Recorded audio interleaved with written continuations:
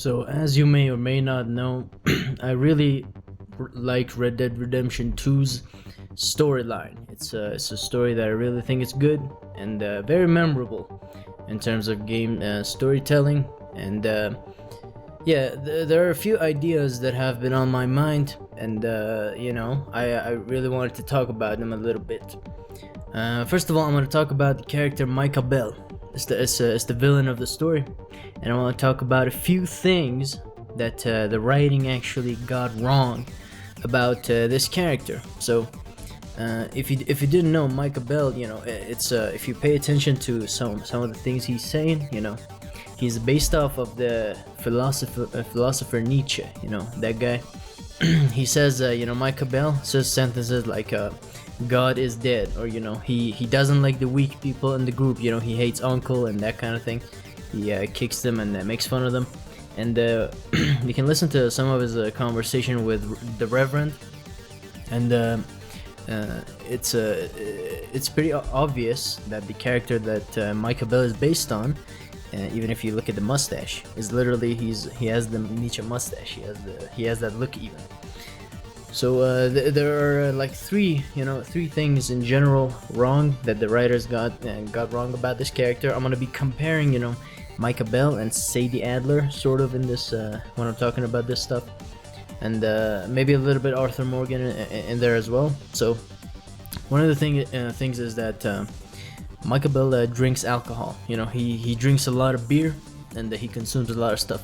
And this is crazy because the writers, I don't know what they were thinking, because this is not, I always ask myself, this is the important question: is Micah Bell someone that is parodying someone that believes in Nietzsche?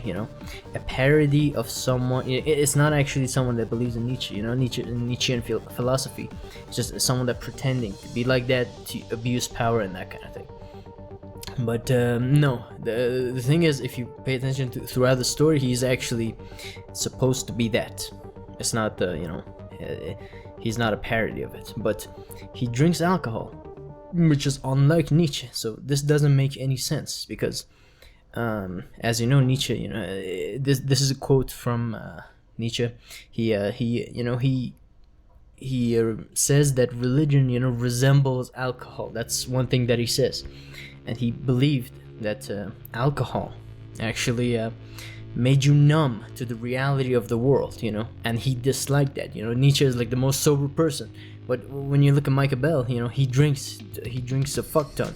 He is sober throughout the story. You can't find him drunk, but he does consume alcohol, which is not like Nietzsche. That's not supposed to be happening. And he has a beer belly, which doesn't make any sense. A person with that kind of philosophy always is in peak shape, physically, and so that doesn't make any sense. He even in the story, that's what I mean. The writers actually, in the story, he makes fun of Reverend for his substance abuse. He does that. Well, why then he would go and be a drinker? That doesn't make any sense. It's literally in the story. If you just pay attention, it doesn't make that. It's contradicting even in the story. Like, he makes fun of Reverend for substance abuse, but then he himself is an alcoholic. That doesn't make any sense. The other thing that they got wrong is that Micah Bell is actually racist in the story, which again doesn't make sense. If you go back and study some of Nietzsche, the way his sort of philosophy works is that a lot of people misinterpreted it as being racist and elitist. And also here I want to add that they also make him to appear as a nationalist when he talks to Javier and tells him to go back to Mexico, which is also another misconception. It is elitist, but it's not racist. It's based on capacity and ability. But in the story, Micah Bell is straight up, he is racist. He is racist, and he judges people based on their race and not their ability, which is stupid, And each actual Nietzschean character would not even see race, would not even see gender. He would not see those things. He just sees potential and power. That's what he sees.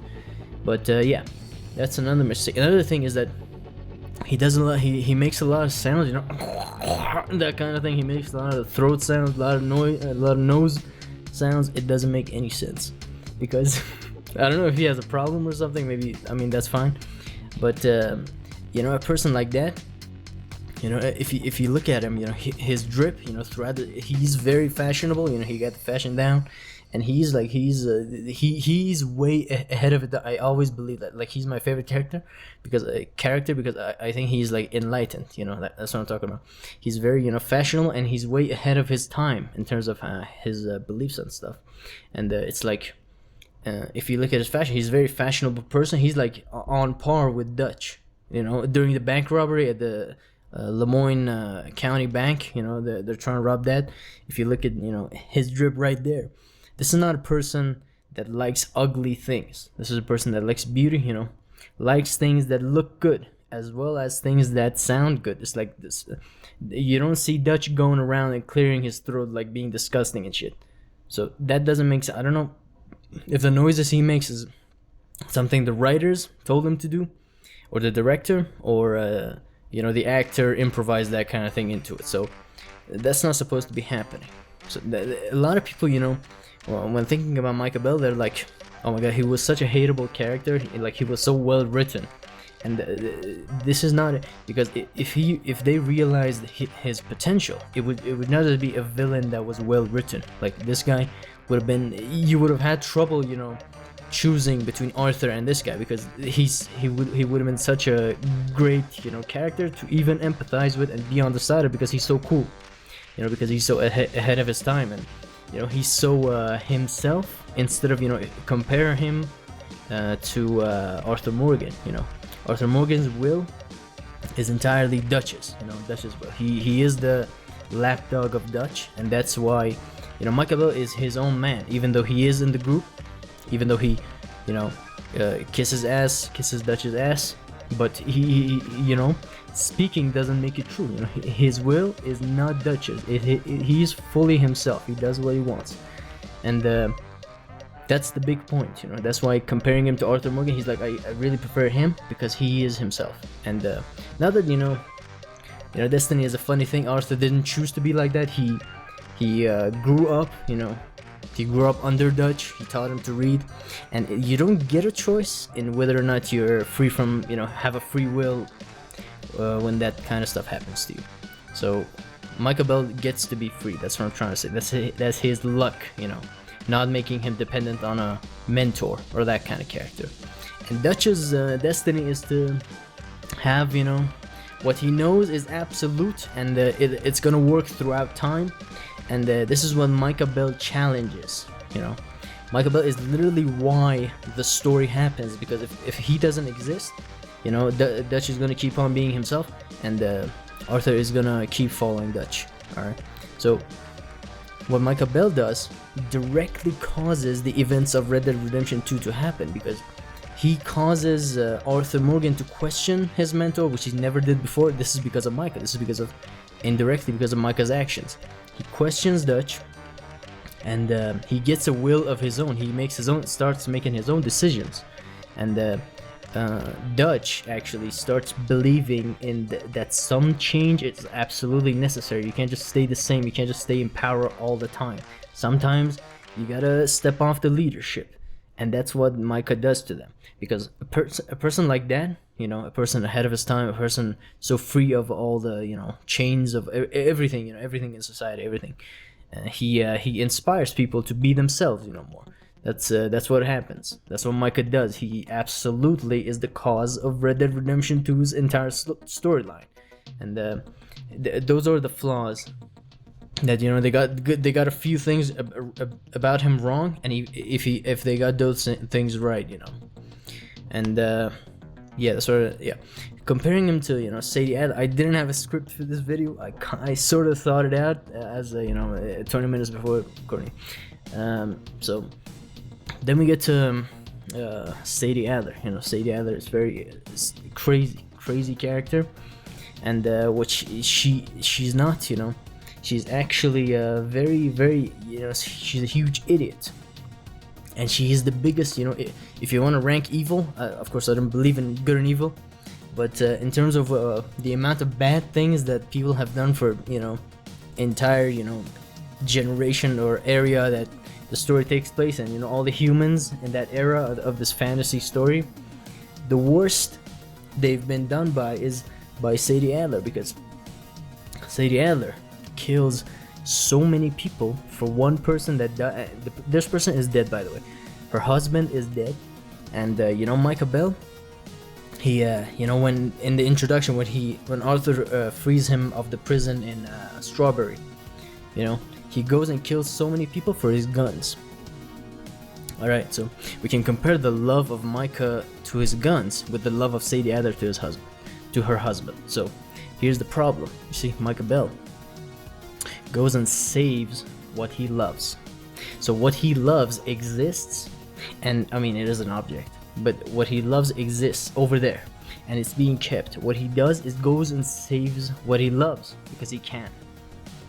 So that's the thing. And why do people, this is written in the story as such a despicable act because he just killed him with a gun. But we don't do the same thing when John Wick goes and, clears half a fucking town because of a dog. You ever think of that? He goes and actually starts killing people because of something he loves. I mean, it is a pet, but object, it is not. You're not supposed to kill people for your dog, and that's not how it works. I mean, as much as you love it. And the same thing goes for the gun. So in one, people praise, oh my god, it's so beautiful, he avenged his dog. We don't say the same thing for Micah Bell. He avenged, he saved his gun, Even in the case of John Wick, it's sort of the same thing. The dog is dead. You're not saving anything. You're just taking revenge. You're just killing people for no reason. It's not gonna bring your dog back. But Micah Bell doesn't do things like that.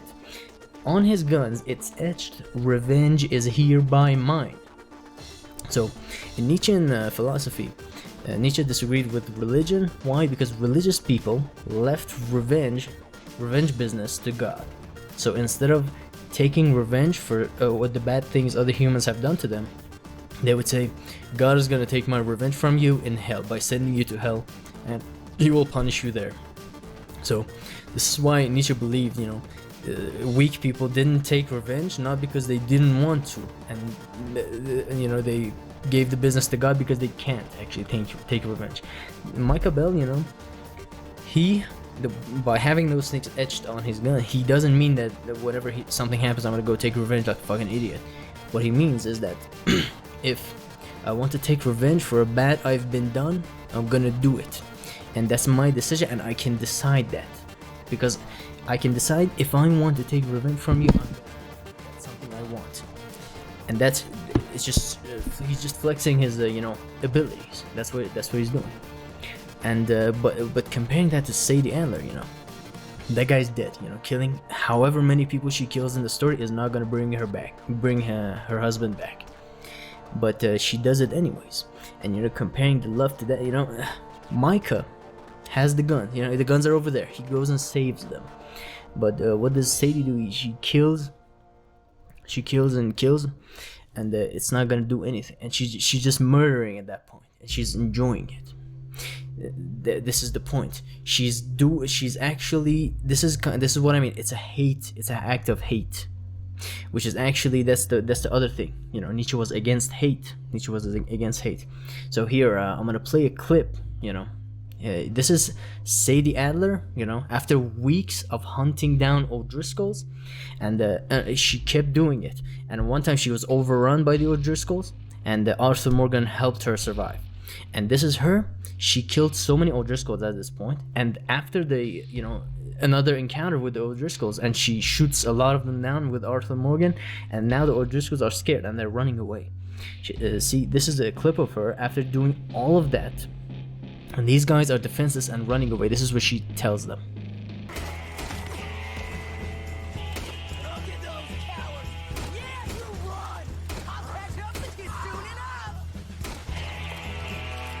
Alright, now this is a clip of Micah Bell. 3 seconds, 2 seconds after he says this to the guy that shot him in the stomach. This is what he says.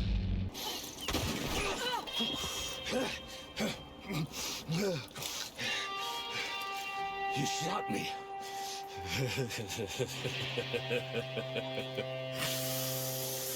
You shot me pretty good. Now you see, you have to keep in mind that Micah Bell is a great shot, and in his death scene, as soon as he felt the bullet, entering his body, he could have actually blasted everybody that, he could have started shooting everybody in that vicinity, even though he would have died definitely. He would have destroyed Dutch, he would have shot Dutch, he would have shot Sadie, and he would have shot John. And he would have fucking shot the owl in the sky if he wanted to, because he's a great shot. He was a fucking genius, that's what I mean, he was enlightened. But because he wasn't raised to be hateful, he accepts that if they want me dead, then that is my fate, because there was no way out of this. He wasn't gonna survive this encounter, but he could have been hateful like Sadie, and because his life was gone at that point when Dutch shoots him, and he could have been, because just like Sadie's husband, it's gone. So you can be hateful and start destroying things around you that won't bring your life back, or bring her husband back in her case. Or you can just accept your fate. And what he does, he actually praises the guy that killed him, and he doesn't even do anything. He stands there and takes the bullets, because that's the kind of person he is. What does Sadie do? She goes around and kills so many people. If you go to the mission that you're supposed to kill Como Driscoll, supposed to kill, and in the sneak mission, before the sneak mission begins, it's Dutch and Arthur Morgan, and they're looking in the courtyard at two of Como Driscoll's men. What's it look like? Bunch of cops. Well, how many? Enough. So what do you think? Paul's up on the roof. Once he starts shooting, we have to have our wits about us and move fast. Yeah, I guess we faced worse than this before. Sure. Let's get to it. Yeah. You could totally imagine that those guys are literally in an alternate universe where Como Driscoll is Dutch and is about to die, and the two guys in the courtyard are actually like John and Arthur Morgan, because the way they talk is like, or when you hear them talk about how they're gonna free Colm, it's like you could totally imagine how many people Colm actually, just like Dutch, took care of. And there are so many people in that gang that look after people, that are actually good people but fell into a bad life, just like Arthur Morgan and those guys. It's literally, it opens your eyes into the fact that those guys in the Combs gang are just like us. They're just wearing black clothes. And this is what I mean. Sadie killed so many people like that. So many young guns that just entered the Combs gang just for cash. They had to help their family. She killed so many O'Driscolls. And that's what I mean. She's a mass fucking murderer. So many good people in Combs' gang died by her hands just because she wanted to take revenge on something that is dead. You can't see. Micah saves his guns. You can't save your husband. This is a hateful act. And this is what she said. One time when she finally takes her revenge, this is what she said.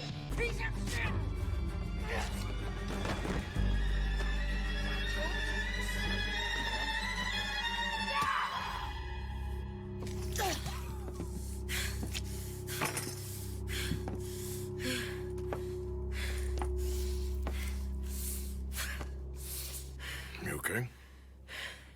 Yeah. He was a good man, my Jakey.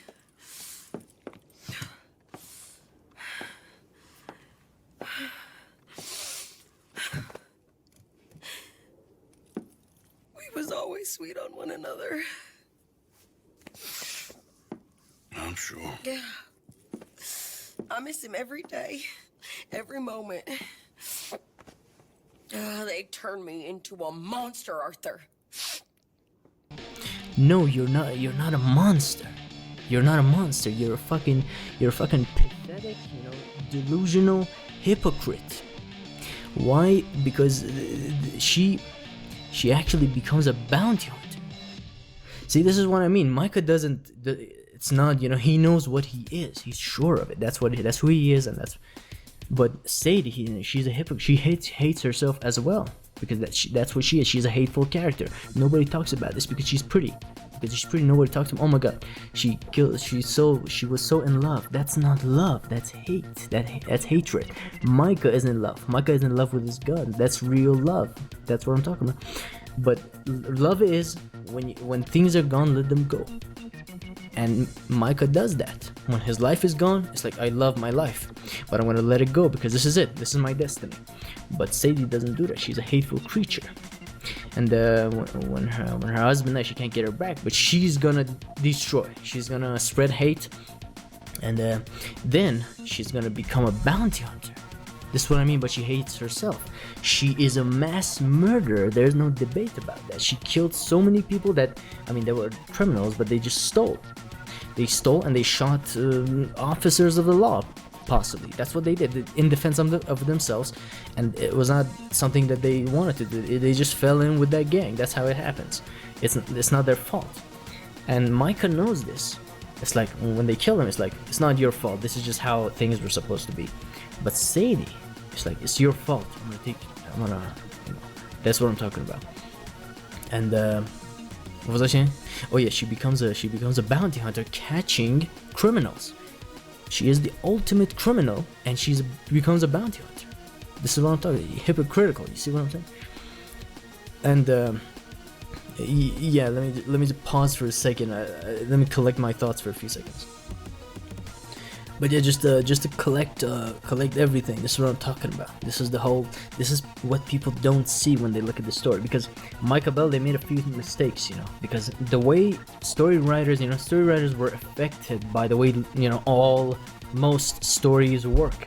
Because every story, if you look at them, the villain of the story is a Nietzsche-like character. They wear, all black. They're very serious characters, which is something, seriousness is also something about Nietzsche, Nietzsche says, seriousness while nonchalantly serious. That's what he calls the true human. The true human is nonchalantly serious. And in most stories, the evil characters are very, ultra serious, and they kill their own, which is something Micah would absolutely do, because, he's all about power. If I have to die, I have to die. If someone I love happens to be weak, they have to go, because this is how in most stories evil characters, you can actually look at them and they're basically Nietzsche. I will gain power by, getting this ring finally. This is how they talk. This is how evil characters be. This is Nietzsche, because Nietzsche is all about power. It's like power is the only thing, and in many stories they portray this as the evil thing. And this is why I mean Lord of the Rings affects because if you watch Lord of the Rings, why, compare that to Game of Thrones. In Lord of the Rings, the evil characters, they wear, black. Sort of, they're all dark looking, light versus dark. That's what you're trying to portray. There's good and bad in this world. That's what you're trying to portray. And the evil guys are very ugly, very disgusting all the time in most stories, and they all want power. Nothing above power. That's all there is. And that's how it affects, Red Dead Redemption 2 stories, where they try to write a good story, but some bad things happen alongside. For example, the thing I talked about, making Micah make those throat sounds and that kind of thing, make him disgusting, He's evil because he's disgusting. And Sadie can't be evil because she's hot. That's what I'm talking about. And, that's what they say, that's how it is. And, Old Driscolls. Why are Old Driscolls evil? Because they wear black. And Duchess Gang wears all kinds of colors. It's like, what? Also, additionally, I should say that they made Colm O'Driscoll look like shit compared to Dutch Van der Linde. That's what I'm talking about. Lord of the Rings story type of storytelling, it affects the Red Dead Redemption 2 if you pay attention to it.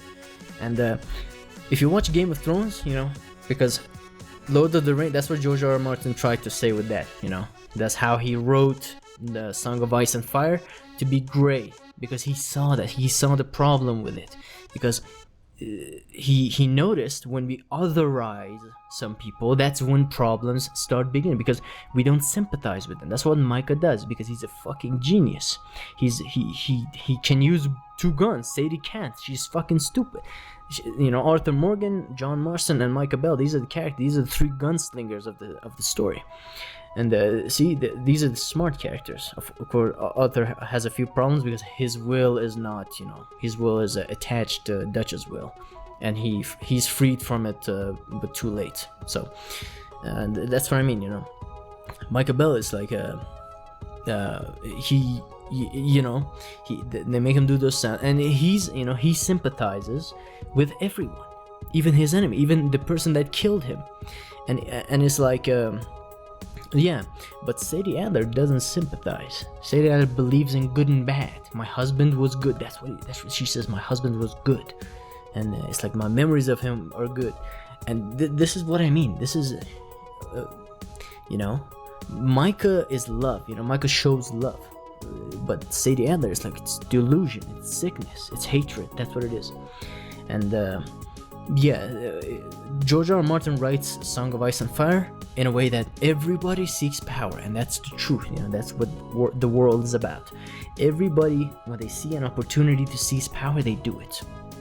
No matter who they are, when they see power and they can do it, they will. That's what they do. They will absolutely do it. That's what people are. And George R. R. Martin knew that. And it's not black and white. That's what he's trying to say. It's like, there's no ugly army of orcs. Why don't we understand orcs? What if they trying to live life just like us, under the influence of it, And I'm sure other stories do this as well. If you watch any classic storyline where there's good and evil, if you keep watching, the writer, after a while, it's like, I'm talking any scenario where there's movies. Movie 1. Good guys, bad guys. Movie 2, oh, there was some nuance to bad guys. It's how all stories go. I mean, when it comes to amateur writers, which is most writers, there's only a few people that actually know how to write and what to write. And this is what I mean. So, yeah, that kind of thinking caused them to, make Micah be disgusting. And it's interesting because people hate on Micah for being the snitch of the group. But who are you snitching on? Who are you, Arthur? Who are you lying for? A person that refuses to change, a criminal. Dutch is a criminal. I mean, as always, it's not that we don't decide who we are, but this is the point. The snitching is think of what happens as a result of it. Think of the reasons. Think of what it does, and think of how important it is how integral it is to the story of Red Dead Redemption 2 even happening. And that's the point. It's like lying. It goes against Micah. It goes against. He's himself. He does what he is what he is. But Arthur Morgan, it's not what he is. His will is Dutch's, and he lies for Dutch. And lying is a huge problem. Lying is a huge problem because you want to say something, but you don't, because something has power over you, and Micah doesn't do that.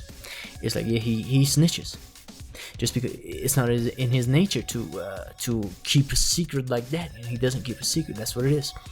And I mean that was a bit of a tangent, but yeah, that's what I'm talking about. So keep in mind, this is what I'm talking about. There are more things that I could go into about how Micah Bell is just really, it's the ultimate powerful character in all of the story of Red Dead Redemption 2.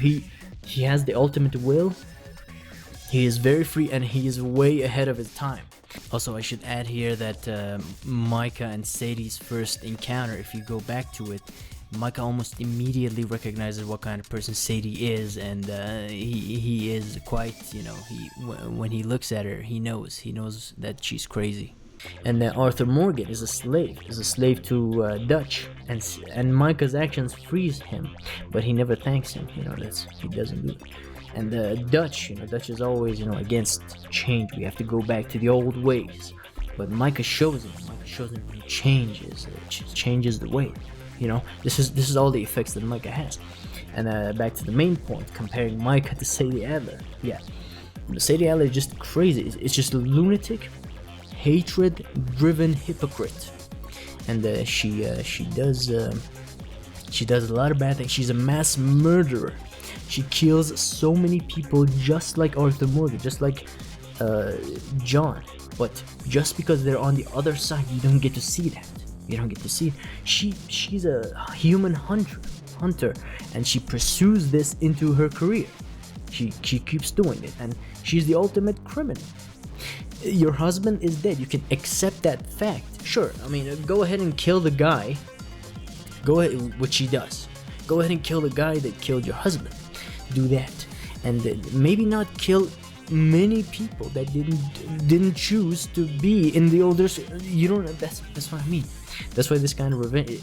This is not revenge. This is hatred. This is meaningless spread of destruction and hatred. But Micah Bell is like he's the ultimate. If they fix a few things with him, he shouldn't be racist and he shouldn't be drinking alcohol. And the noise thing, I mean, that's a less serious note for me. But he's not supposed to be disgusting at all, at all. He's supposed to be, well groomed, built, very handsome. I mean, handsome. I don't know about handsome, but yeah, he's supposed to be. He's supposed to be much more compelling than what he is in the actual entire final product of Red Dead Redemption 2. So yeah, I just wanted to point that out. I don't want it to be Rockstar's like, oh my god, no one noticed that everybody played our game. No, we noticed, okay? There are a few people that actually I knew this as I was playing the Red Dead Redemption 2 for the first time. I was seeing this, and I'm like, you're not fooling nobody. I don't like Sadie. I'm realizing that she's a bloodthirsty, pathetic, terrorist. She's a hate-based character. That's all she is. And I realize how good Micah is, even though you made a few mistakes in writing him. And I didn't get into Dutch, but yeah, we're getting close to 30 minutes here. I'm looking at the time. I think that's pretty much it. I had to say this because I don't think this is a very popular opinion. I'm sure that a bunch of people that played that game knew this. There's a bunch of people that probably knew this, but most people just go along with it and they're like, they like Sadie Adler, she's a good character and they love her. But I think that's stupid. Most people are brain. They don't think. They don't think about the story that they're witnessing in front of them. But yeah, some of them were also fooled by the few things about Micah Bell that they did get wrong, and that made him more of a opposition. More people were more resistant to him because of some of that stuff. So yeah, I just wanted to clarify. Ugly heroes and beautiful villains. Micah Bell versus Sadie Adler. Love versus love. Fake love and delusion versus actual love for life and for accepting who you are as a person and accepting your destiny. That's the kind of person Micah Bell is. Just wanted this opinion and idea to be out there, so that someone know that we realize, we notice these things. Some of us that plays this game, we notice this in the story. Anyways, yeah, that was it. All right there, Sadie. Got it in for everyone, ain't you? We need to cut the weight, Dutch. I say it how it is. You really didn't understand me, did you? Why not live to the fullest, eh, friend? I moaned about the moaners. Get washed. You're a disgrace. Life is good. A shade.